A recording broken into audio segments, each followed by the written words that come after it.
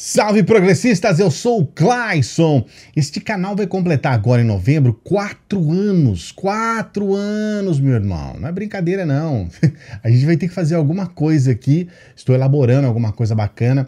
Eu já estou começando a produzir mais vídeos aqui para o canal. A gente vai reformular os nossos membros. Se você não é membro, seja membro. É a primeira vez que eu falo isso no canal.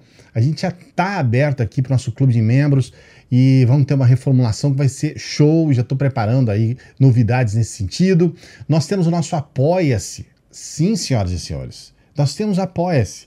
E eu nem fiz o lançamento do Apoia-se ainda. Então tem muita coisa bacana para a gente poder trabalhar de uma forma mais direta com você que acompanha, que acredita, que gosta do nosso trabalho. Eu acredito que um grande mérito aqui do canal tenha sido o pioneirismo. Nós somos o primeiro canal, por exemplo, a falar sobre o Brasil paralelo de forma incisiva, com as críticas diretas ao que nós hoje já sabemos é o revisionismo histórico, é a forma de lidar com a história do nosso país, com as questões ligadas ao Brasil, de uma maneira completamente enviesada dentro de uma proposta neoconservadora e com muita notícia falsa, com muita mentira. Este canal também foi o primeiro canal a falar sobre as técnicas de persuasão que na época, e hoje a gente sabe que isso está bem mais disseminado, mas na época eram muito associadas ao Olavo de Carvalho. São técnicas de persuasão, de narrativa política, que têm o objetivo de enganar, de envolver e de manipular os eleitores. Então, a gente já falou aqui a respeito de várias dessas técnicas. Eu vou colocar um card aqui sobre o Olavo de Carvalho para você acompanhar, para você ver uma playlist. A gente já falou sobre essas técnicas, como o Olavo de Carvalho engana você, né, através dessas técnicas. E hoje aconteceu uma coisa bem interessante. Eu coloquei uma postagem, né, um tweet lá no meu Twitter. Eu que estou há 11 anos, vai completar agora em novembro também, 11 anos de Twitter. E por incrível que pareça, agora, há 2 dias atrás, eu tive uma postagem que é uma das postagens com maior número de retweets, né, de compartilhamento e de likes. Então, assim, é uma coisa que eu fiquei até surpreendido, porque eu estou falando desse assunto há muito tempo, mas as pessoas têm descoberto isso aos poucos. Eu falo a respeito de uma técnica que eu dei o nome de técnica do contraste. Eu dei esse nome porque, na verdade, todas essas armas de persuasão, tudo que está acontecendo, ainda é uma coisa nova para muitas pessoas, inclusive para a gente que estuda sobre isso, que tenta abordar esse assunto.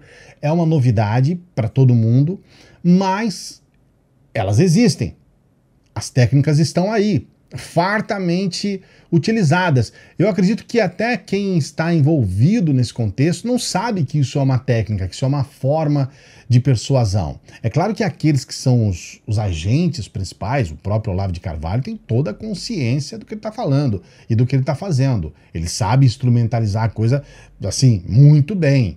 Mas muitos dos que acabam replicando isso, levando essas informações à frente, eles não têm assim muita ideia do que está acontecendo. A chamada técnica do contraste, ela talvez seja a mais utilizada pelo bolsonarismo, que, em resumo, significa, primeiro, você criar uma rejeição a ponto do alvo, né,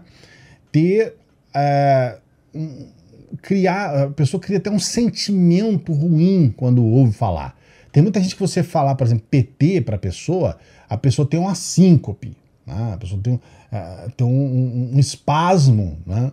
Porque passa até mal, né? Você fala Lula para a pessoa é como se você ligar ali um botão de bomba atômica, né? A pessoa explode. Lula, Dilma, PT. E por que isso acontece? Porque durante muito tempo foi utilizada uma técnica de aumentar e massificar essa rejeição. Havia a rejeição natural, que todo político ele tem um nível maior ou menor de rejeição. Isso daí faz parte da política. Mas quando você começa a massificar determinadas questões, a ponto de, por exemplo, quando a pessoa fala de PT, ela já vem acompanhada da palavra corrupção, por exemplo, aí você já tem uma manipulação da opinião pública voltada para um objetivo específico. Veja bem, ninguém está dizendo que PT não foi corrupto, mas a gente sabe que não foi só o PT, o partido corrupto. O PP, por exemplo, o Partido Progressista, tem mais casos de corrupção do que o PT. E por que isso não pegou no PP? E pegou no PT? Porque existe uma técnica que faz com que, através da massificação, as pessoas passem a identificar claramente nesses partidos, nesses agentes políticos, a corrupção enraizada. Então, primeiro, você identifica essa rejeição. Então, tá claro para as pessoas que o PT e em contrapartida a esquerda é ladrões, corrupto, é gente que quer ir contra a família. Então você tem ali um rol de coisas que você pensa, né? Muita gente pensa quando simplesmente você fala PT, quando simplesmente você fala Lula e coisas assim, esquerda e coisas assim.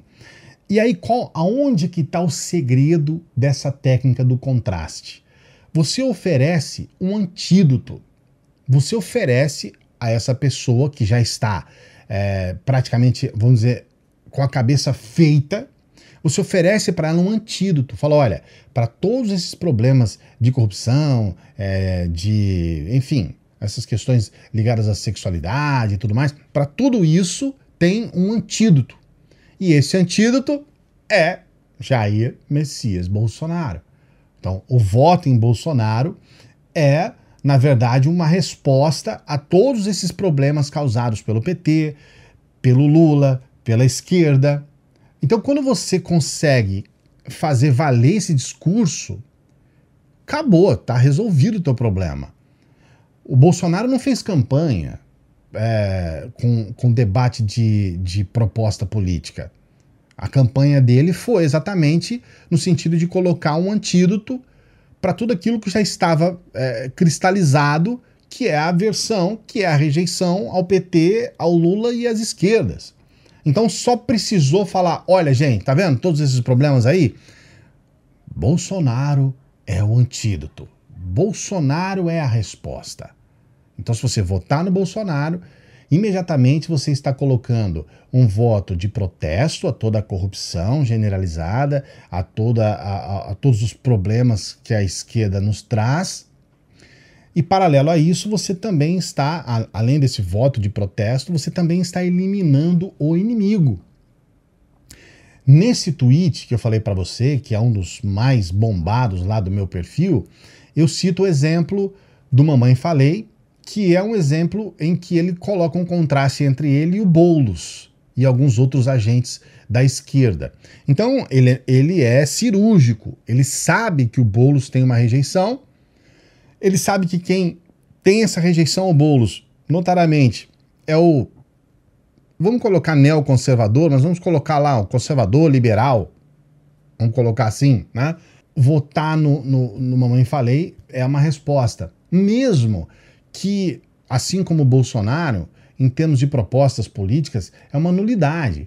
O Bolsonaro foi eleito sem plataforma política nenhuma, zero. Então, toda vez que perguntavam para ele sobre economia, ele não falava absolutamente nada sobre economia, ele só repetia o nome do Guedes. Ah, Paulo Guedes. Ok, é o Paulo Guedes, tá ok? É o meu povo de Ipiranga, tá ok?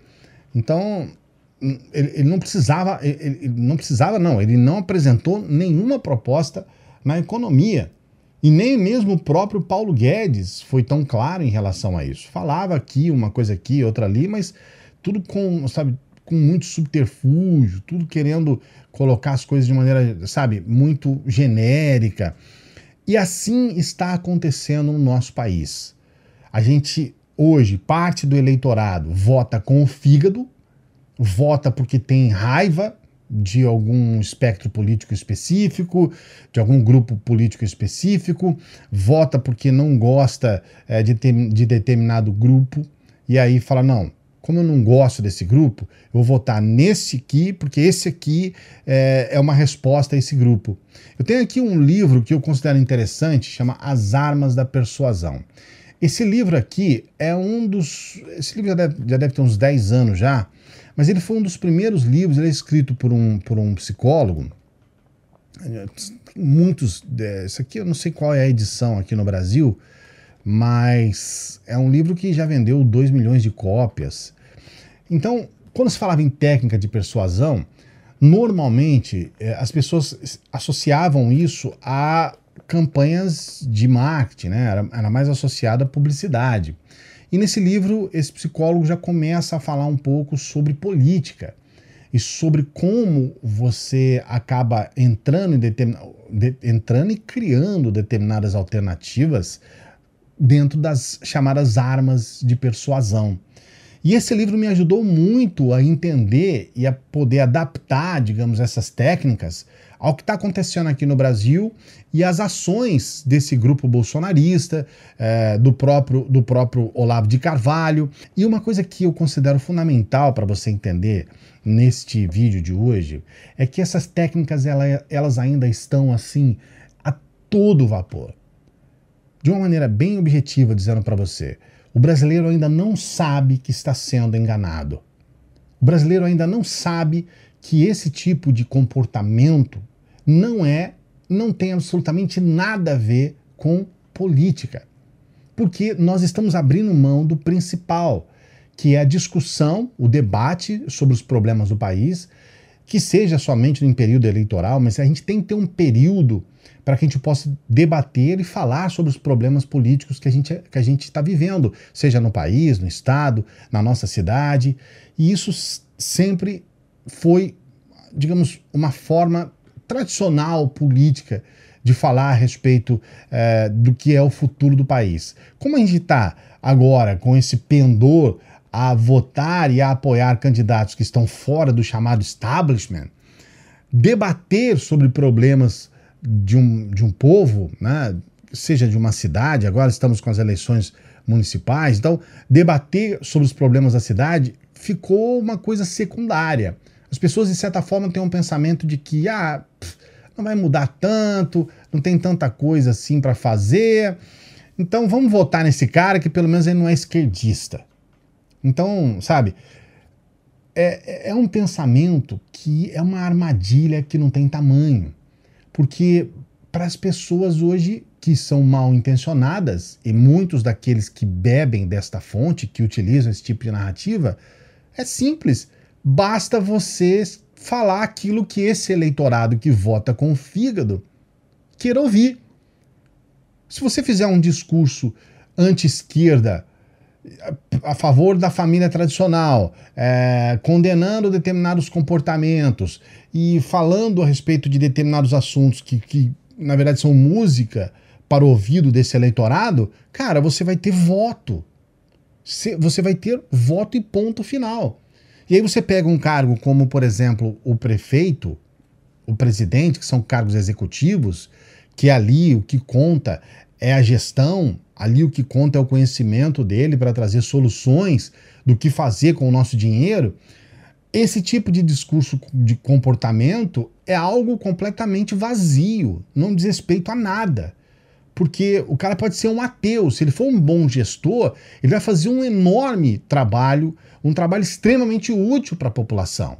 Ele pode ser um homossexual, mas ele, sendo um bom gestor, ele vai fazer um trabalho muito melhor do que uma pessoa que tem um discurso homofóbico, mas que na verdade se demonstra ser um incompetente.